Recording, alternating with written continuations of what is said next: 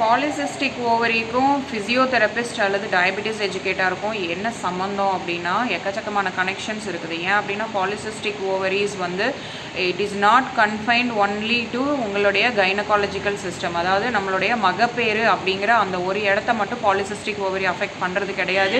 அதை தாண்டி நம்மளுடைய நாளமில்லா சுரப்பிகள், அதாவது எண்டோக்ரைன் சிஸ்டம் அப்படின்னு சொல்லுவோம், அதில் நிறைய இம்பேக்ட்ஸை உண்டு பண்ணுது. மஸ்குலோஸ்கெலிட்டல் சிஸ்டம், தசை மூட்டு மற்றும் இணைப்பு தசை சம்பந்தமான இடங்களில் நிறைய பிரச்சனைகளை உண்டு பண்ணுது.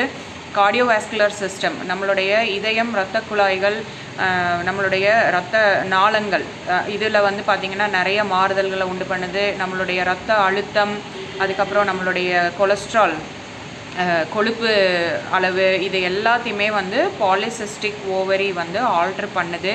அதனால் பாலிசிஸ்டிக் ஓவரி அப்படிங்கிறது வந்து நமக்கு குழந்தை இல்லாமல் போகிறதுக்கு, அதாவது இன்ஃபர்டிலிட்டி அப்படிங்கிற ஒரு விஷயத்தை உண்டு பண்ணுற ஒரே ஒரு சிங்கிள் ப்ராப்ளம் மட்டும் கிடையவே கிடையாது.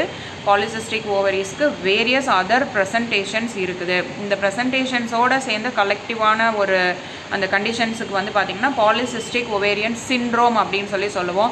இதில் வந்து ஓவரிஸில், அதாவது நம்மளுடைய சினைப்பையில் நீர் கட்டியாக இருக்குது அப்படிங்கிறத பாலிசிஸ்டிக் ஓவேரியன் டிசீஸ்ன்னு சொல்லுவோம். அதனால் வரக்கூடிய வேரியஸ் அதர் ப்ரெசன்டேஷன்ஸை சிண்ட்ரோம்னு சொல்லுவோம்.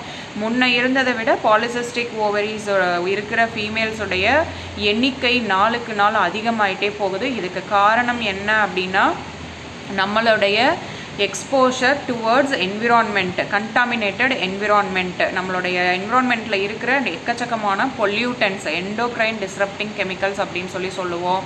அது மாதிரி நம்மளுடைய லைஃப் ஸ்டைலில் வந்து பார்த்திங்கன்னா ஃபிசிக்கல் ஆக்டிவிட்டீஸ் ரொம்ப கம்மியாயிடுச்சு. ஃபுட் ஹேபிட்டில் வந்து தேவையில்லாத எக்ஸ்ட்ரா கேலரிஸை கன்சியூம் பண்ணுற இந்த ஒரு வே ஆஃப் ஃபுட் ஸ்டைல் வந்து பார்த்திங்கன்னா வெஸ்டர்னைஸ்டாக, ஈவன் நம்மளோடதுலேயே வந்து பார்த்திங்கன்னா எக்கச்சக்கமான கார்ப்ஸ், அதாவது சர்க்கரை சத்து அதிகமாக இருக்கிற ஃபுட் ஐட்டம்ஸை கன்சியூம் பண்ணுறது அதிகமாகிடுச்சு. அதுக்கப்புறம் குழந்தைங்க இப்போ வந்து பார்த்திங்கன்னா ஓவர் ஃபிசிக்கல் ஆக்டிவிட்டி போகணும், விளையாட போகணும் அப்படிங்கிறத விட நிறைய வந்து மீடியாவில் வந்து பார்த்திங்கன்னா லைக் ஸ்க்ரீன்ஸை வச்சுக்கிட்டு அந்த எக்ஸ்போஷர், அதில் நிறைய டைம் போகுது, ஸ்ட்ரெஸ் லெவல் அதிகமாக இருக்குது. ஸோ இது வந்து இந்த polycystic ovarian syndrome or disease அதிகமாகிறதுக்கு we have lots and lots of justifications. ஆனால் இந்த பாலிசிஸ்டிக் ஓவேரியன் சிண்ட்ரோம் வர்றது நம்மளுடைய இந்த ஜென்ரேஷனை மட்டும் கிடையாது. இதோடைய இம்பேக்ட் வந்து பார்த்திங்கன்னா நமக்கு அடுத்து வரப்போகிற 3 ஜென்ரேஷன்ஸை வந்து இது இம்பேக்ட் பண்ணுது அப்படிங்கிறத ஸ்டடீஸில் கண்டுபிடிச்சிருக்கிறாங்க. இன்றைக்கி நம்ம எக்ஸ்போஸ் ஆகிற எண்டோக்ரைன் டிஸ்ரப்டிங் கெமிக்கல்ஸ் நம்மளுடைய அந்த ஓவரிஸை மட்டும் அஃபெக்ட் பண்ணுறது கிடையாது பெண்களே, நமக்கு பின்னாடி வரப்போகிற 3 தலைமுறைகளை வந்து இது இம்பேக்ட் பண்ணுது.